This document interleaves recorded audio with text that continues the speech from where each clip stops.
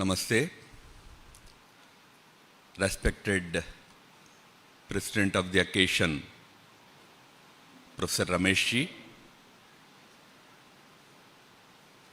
विभाग संघचालक श्री गिरीश जी, सह प्रांत प्रचारक सुदर्शन जी, श्री संजयन जी, and many other senior karyakartas and my dear young friends. We are celebrating the 73rd Republic Day of our great country. On this occasion, let me at the outset wish you all a happy Republic Day. We all know that on this day, 72 years ago rather, in 1950, India adopted a constitution and became what we today call as the Indian Republic. The constitution that we adopted on this day in 1950 was one of the greatest constitutions of the world. It has kept India united in the last more than 7 decades. We have had governments functioning in a very orderly manner during this period, barring one exception in 1975, when a number of articles in the Constitution were declared null and void, and a sort of a dictatorship was imposed in the name of emergency by the then Prime Minister Madam Indira Gandhi for about less than 2 years, for about 21 months to be precise. This constitution has served India so very well. We have adopted a democratic polity. Democracies were in those days new models of government in Europe.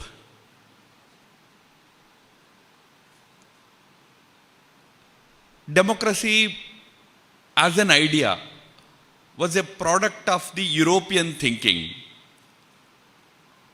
But very interestingly, in the last 7 decades, we proved to the world that based on this great constitution, we could build the world's not only the largest, but the most successful democracy.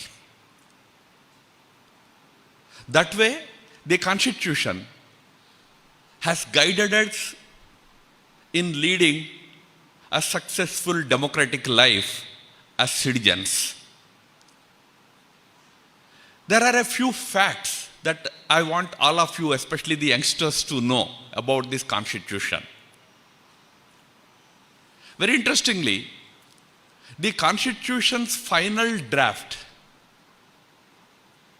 was ready on 26th November 1949.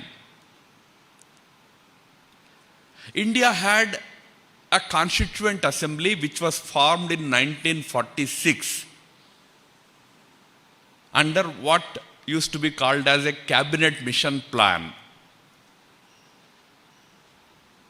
The first meeting of that constituent assembly happened towards the end of 1947, after India was partitioned. 299 members were there.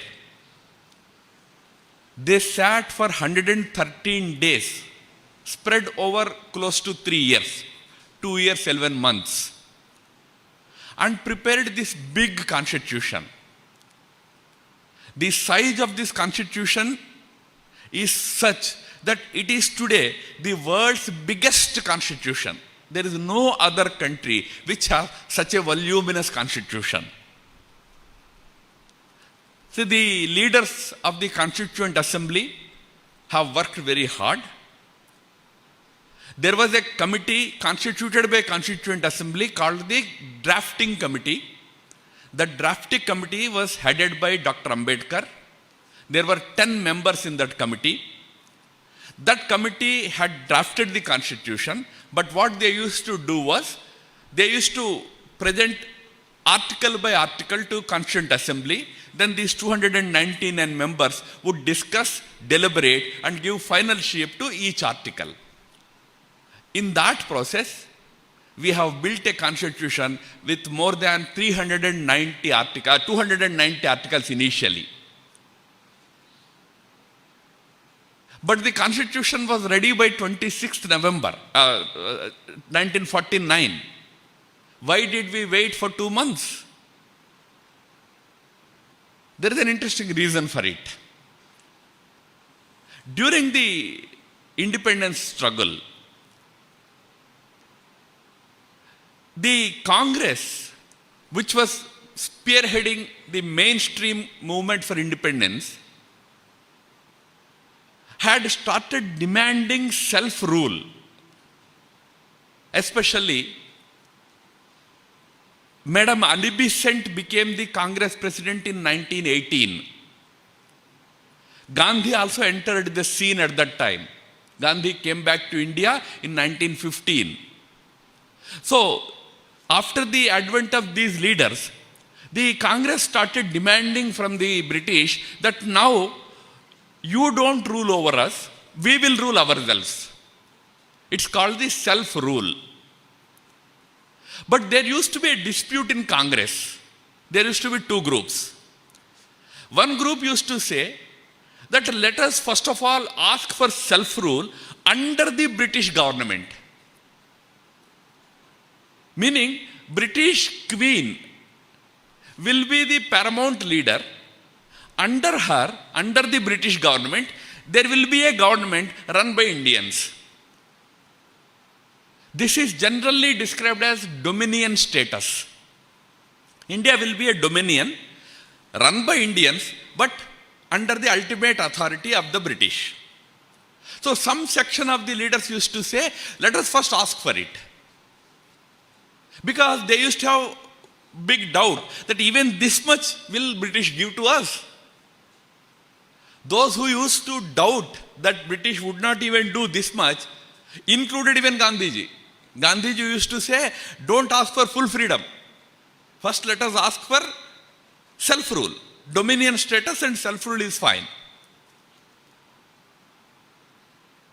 In fact, in 1921, there was the annual Congress Committee meeting, annual All India Congress Committee meeting at Nagpur.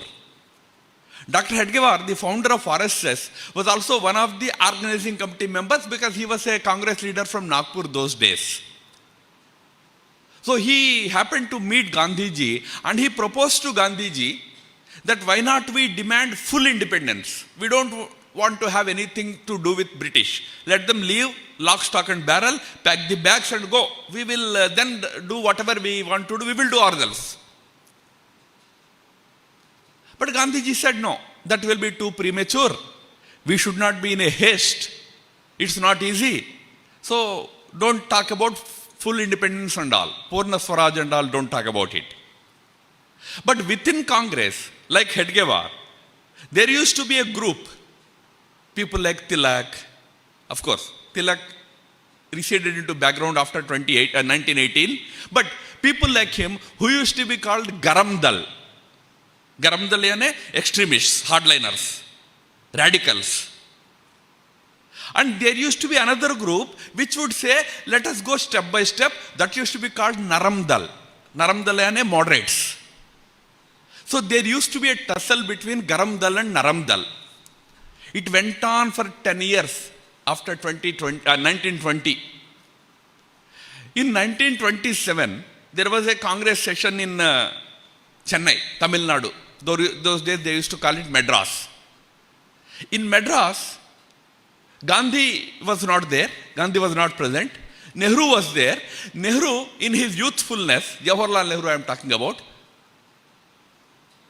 he managed to pass a resolution demanding full independence. Because Nehru returned from Europe, he was sufficiently influenced by Russia, Soviet Russia. He became a socialist. So he thought that Europeans are colonizers, they are capitalists, they should go.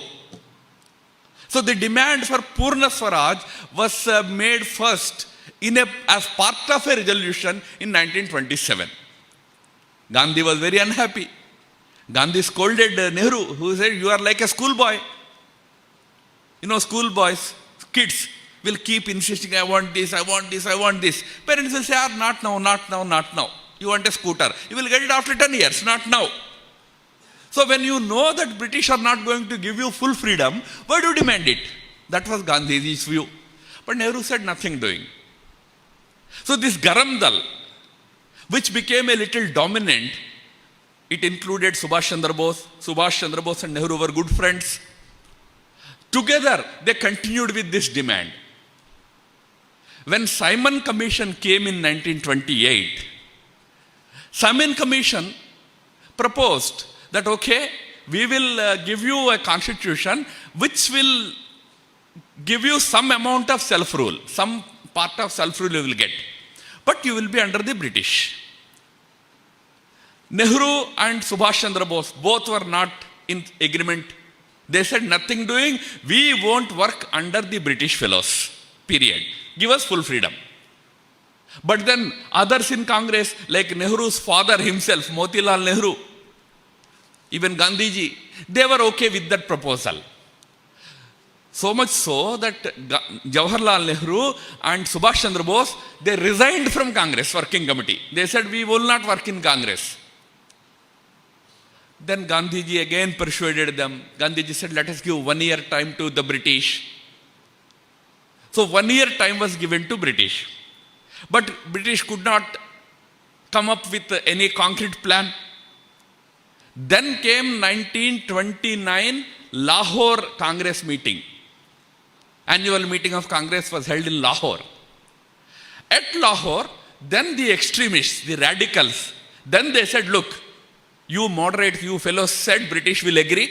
They did not do anything. Now we don't want anything short of full independence. So a resolution was passed that now we want Purna Swaraj, full independence. So a call was given by the radical leadership in Congress those days, like Jawaharlal Nehru, Subhash Chandra Bose and all these people, that 1930, 26th January should be celebrated as Full Independence Day. So that is how 26th January became important. So on 26th January 1930, the whole country had celebrated Full Independence Day. Thousands of meetings were organized across the country, and a pledge was given to people of India that we shall not rest until we get a government fully owned, controlled and run by us. We don't want any British suzerainty over us. That is how 26th January became an important day.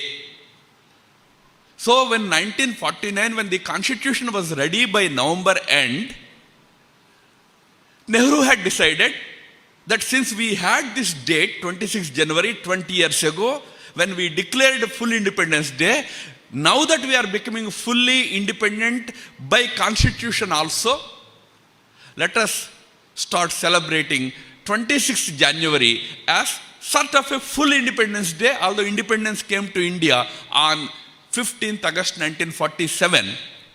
We celebrate this as the day of the birth of India's Republic. So that is the story behind why 26th January became important. Its significance also lies in it. We must remember that what we wanted in 1930 on that day, was complete rejection of any foreign influence over us. We said that we can run ourselves. Many people had doubts about it. Can Indians run themselves?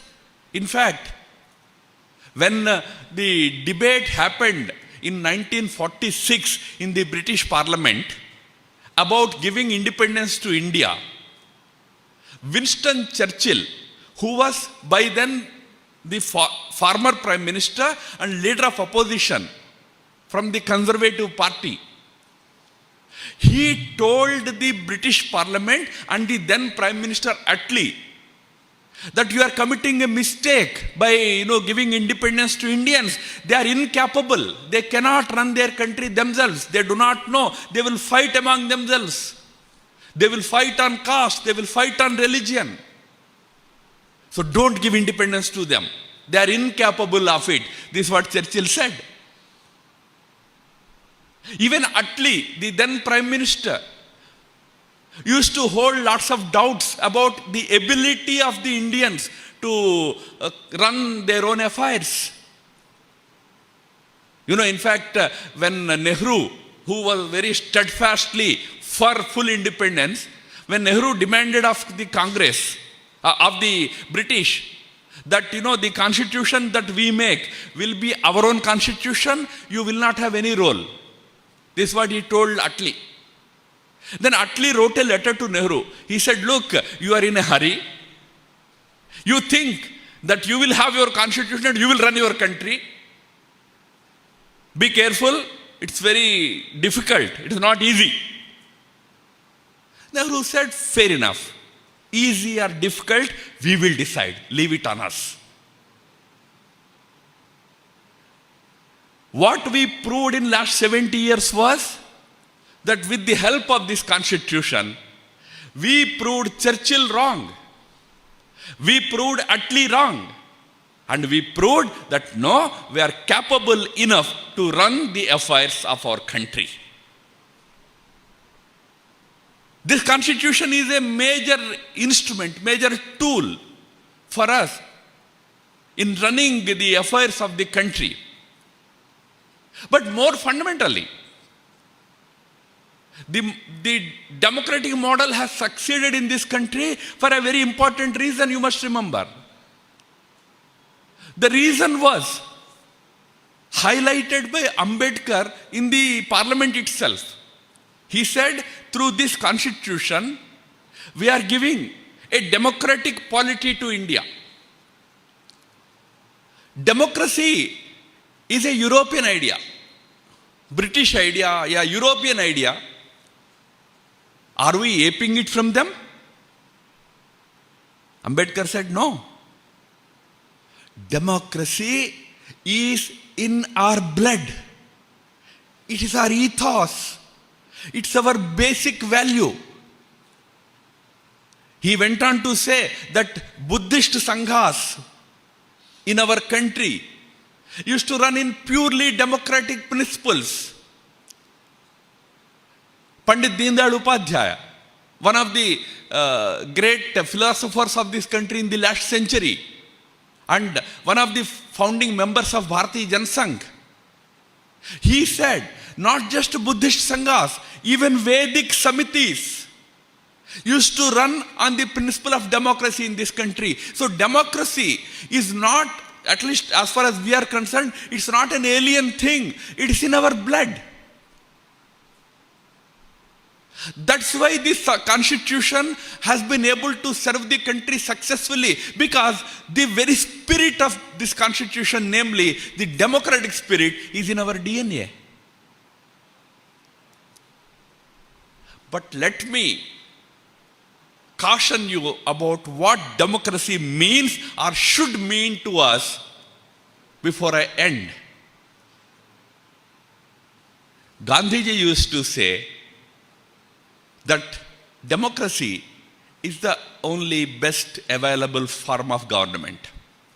That's why we should become a democracy. But what does democracy mean?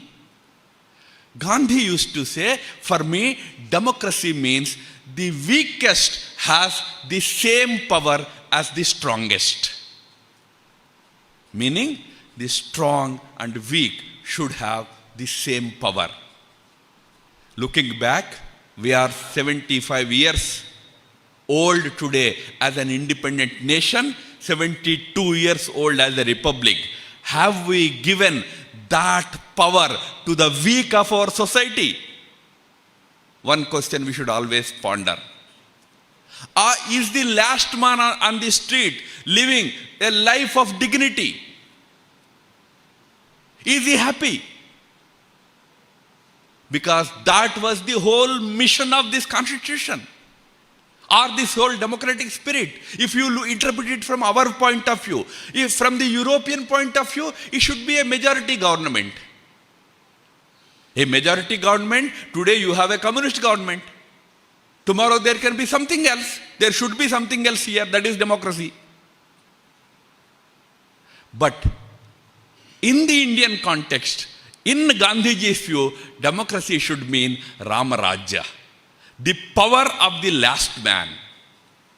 Last man should be happy. One principle. So we should all strive for that. Prime Minister gave a call for Atmanirbhar Bharat. Atmanirbhar Bharat means people able to stand on their own feet. We still need to build that kind of an India.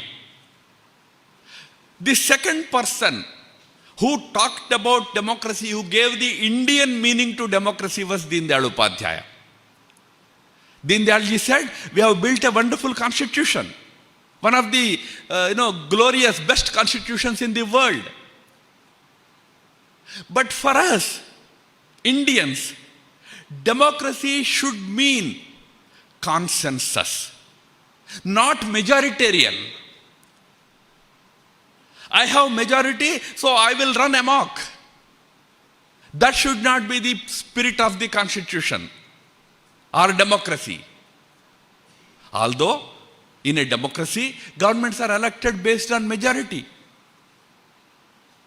But majority can be gobbled up anyway. Once you are in government, are you following the principle of building larger consensus? Are you taking everybody along? Until you come to power, you have your communist ideology, your BJP ideology, Congress ideology. Once you are in power, you are for all the 3 crore or 4 crore or 5 crore people of the state. Are you thinking on those lines? That is the spirit of Indian spirit of democracy, building consensus. But the last and most important thing was what Dr. Ambedkar had said on 25th November 1949. In fact, on this day, when we celebrate the Republic Day, I urge each and every one of you to read that speech. It was one of his best oratories. He was the architect of our constitution. He built it brick by brick. While offering it to us, the countrymen, 40 crore Indians at that time, he made a speech with 3 very important warnings.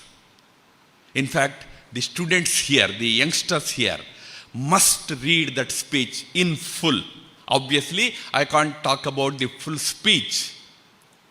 That speech has become famous as 3 warnings speech. That was the final speech of Ambedkar before submitting the constitution to the country. Next day, it was adopted by the Constituent Assembly. While concluding that 3 warnings speech, Ambedkar says something important.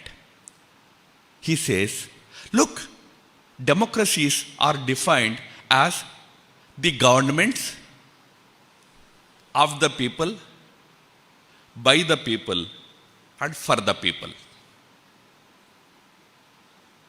But generally what happens is, slowly, those who come to power will convert it into for the people, but remove the first part,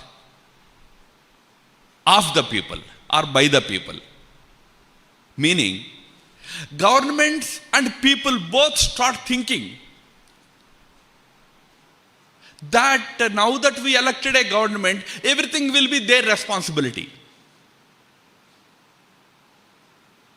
So Nehru, after independence used to give a speech. He used to say that, we fought for independence. We made so many sacrifices. We went to gallows. We went to jails. We suffered the brutalities, at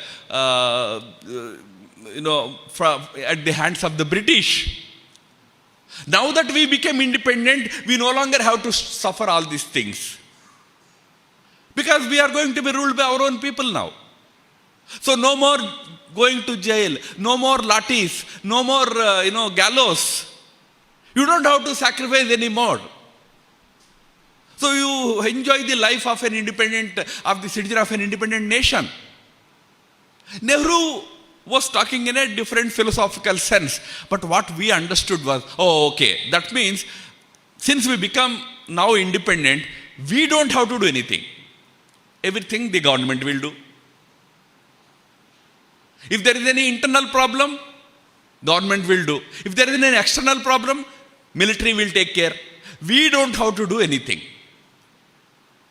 Ambedkar said, look, main thrust of my constitution, this constitution, is not a government for the people alone.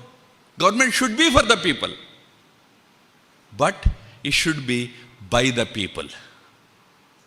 Is it by the people or not? That is the real test. If the country is run by the people, not just by some people who are sitting in power,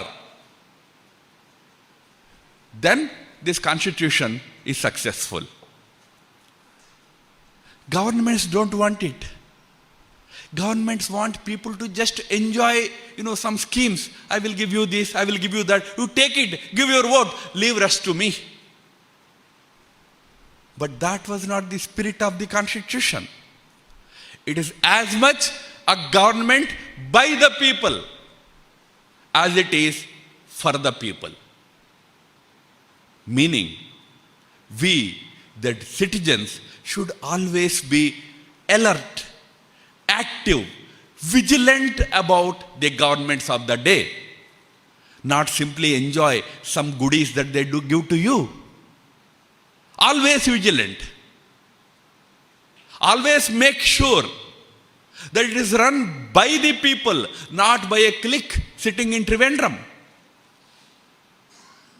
That alert and awakened citizenry is the only guarantee for the success of this constitution.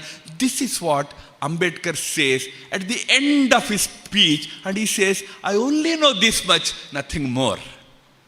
Remember, only this much I know, that this government should be by the people, not just for the people.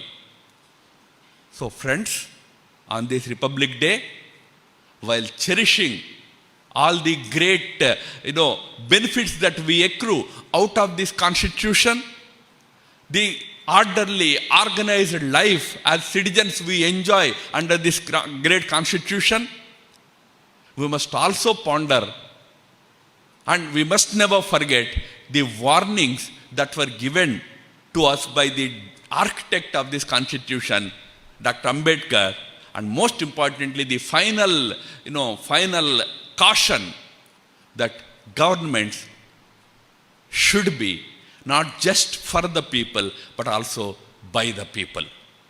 With this message, I end. Namaste.